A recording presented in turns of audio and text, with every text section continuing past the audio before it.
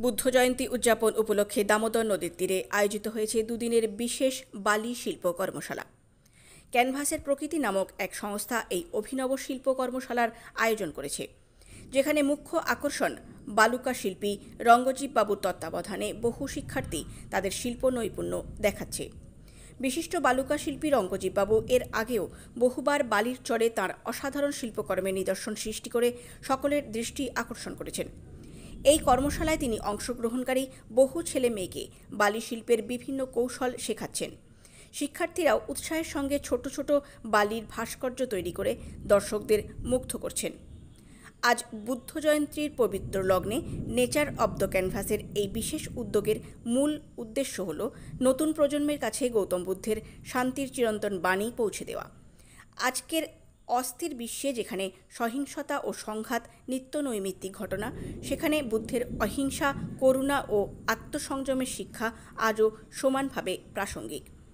এই কর্মশালাটি শিল্প, শিক্ষা এবং গভীর চিন্তনের এক অপূর্ব মেলবন্ধন। দামোদর নদীর শান্ত পরিবেশে বালির মাধ্যমে বুদ্ধের শান্তিপূর্ণ দর্শন জীবন্ত হয়ে উঠেছে। এই মনোমুগ্ধকর বালির শিল্প দেখতে ভিড় জমাচ্ছেন স্থানীয় বহু মানুষ, যারা শিল্পীদের এই সৃষ্টিশীলতাকে আন্তরিকভাবে সাধুবাদ জানাচ্ছেন। কৃষ্ণ সাহার report, Samyajit.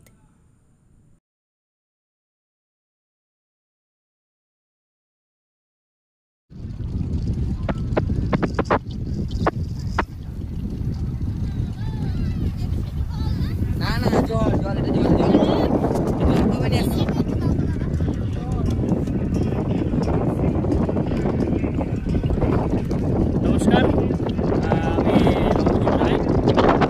Nature of the ক্যানভাসের ডিরেক্টর।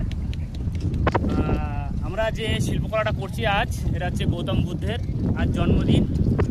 চারিদিকে আমাদের আজকে যুদ্ধরব, চারিদিকে আমাদের ভারতবর্ষ তথা পাকিস্তান, ইসরায়েল, ফ্রান্স, সমস্ত দিকে দেখলে দেখা যায় সবসময় যুদ্ধরব।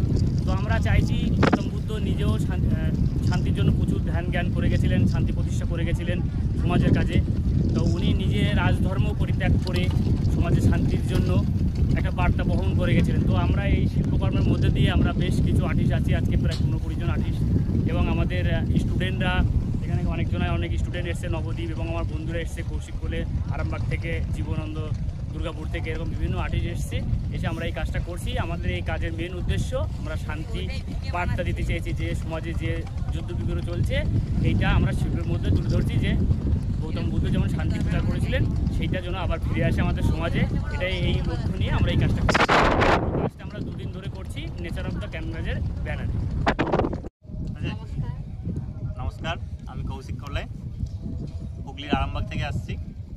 বর্ধমানের এই দামোদরের যে বালি, তো বাসে যেতে যেতে আমরা রোজই দেখি, কর্মসূত্রে এদিক ওদিক যাওয়ার ক্ষেত্রে দামোদরে পেরোতেই হয় এই ব্রিজ, এবং চারিদিকে শুধু এই বালি দেখে দেখে আমাদের যে শিল্পর কথা মনে পড়ে গেছে। এবং আমরা বেশ কয়েক বছর ধরেই এই দামোদরের চরে বেশ কয়েকটা কাজ করেছি।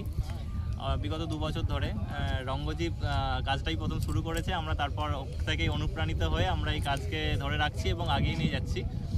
তো আজকে বুদ্ধ পূর্ণিমার দিনে আমরা সকল বন্ধুরা এই ন্যারেটিভের এই নেচার অফ দ্য ক্যানভাসের সকল বন্ধুরা মিলিত হয়েছি।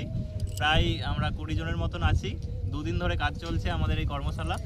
তো আমাদের এবারে টপিক হচ্ছে বুদ্ধ পূর্ণিমা উপলক্ষে এই কাজ চলছে, এবং আমরা সমাজে শান্তির বার্তা দেওয়ার জন্য এই কাজ করছি, এবং প্রকৃতির মাধ্যম হিসাবে আমরা বালি, জল এই বেছে নিয়েছি। এবং আমাদের কাজ আপনারা দেখতে আসুন, ভালো লাগবে আশা করি।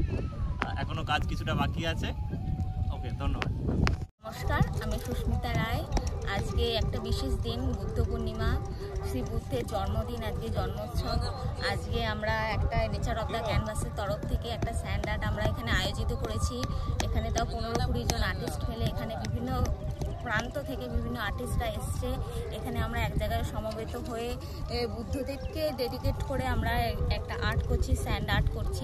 কি বার্তা দিতে চেয়েছেন? আমরা দেখতে পাচ্ছি বর্তমান পরিস্থিতিতে চারপাশে কি যুদ্ধ বিগ্রহের সমারোহ, কিন্তু গৌতম বুদ্ধ যেটা আমাদেরকে সবচেয়ে বড় আমাদেরকে মেসেজ দিয়ে গেছে, তিনি রাজধর্ম ত্যাগ করে তিনি শান্তির বার্তার জন্যে তিনি ধ্যান করেছেন, ধ্যান করে তিনি শান্তির এই জগতে প্রচার করতে চেয়েছেন। আজকেও আমরা এই বর্তমান পরিস্থিতিতে, দেশের যে যুদ্ধ পরিস্থিতিতে, আমরাও এই বার্তাটাই সমাজকে দিতে চাই যে চারপাশে যেন শান্তি বিরাজ করে। এটা আপনারা কি দিয়ে করছেন? এটা আমরা সমর্থতায় বালি দিয়ে আর আঠা দিয়ে স্যান্ডার্টের ওপরে। বালি দিয়ে কেন? কারণ হচ্ছে বালি একটা প্রকৃতির জিনিস, প্রকৃতি এর থেকে বড় প্রকৃতির দান এখানে বালি আর জল, মেন দুটো এটাই আছে। তাই হচ্ছে প্রকৃতি কেন্দ্রিক পুরো জিনিসটা হচ্ছে। কোথা থেকে এসেছেন? আমি এসেছি নবদ্বীপ থেকে। আমি শ্যামপুর থেকে এসেছি। আমি গোহাট থেকে।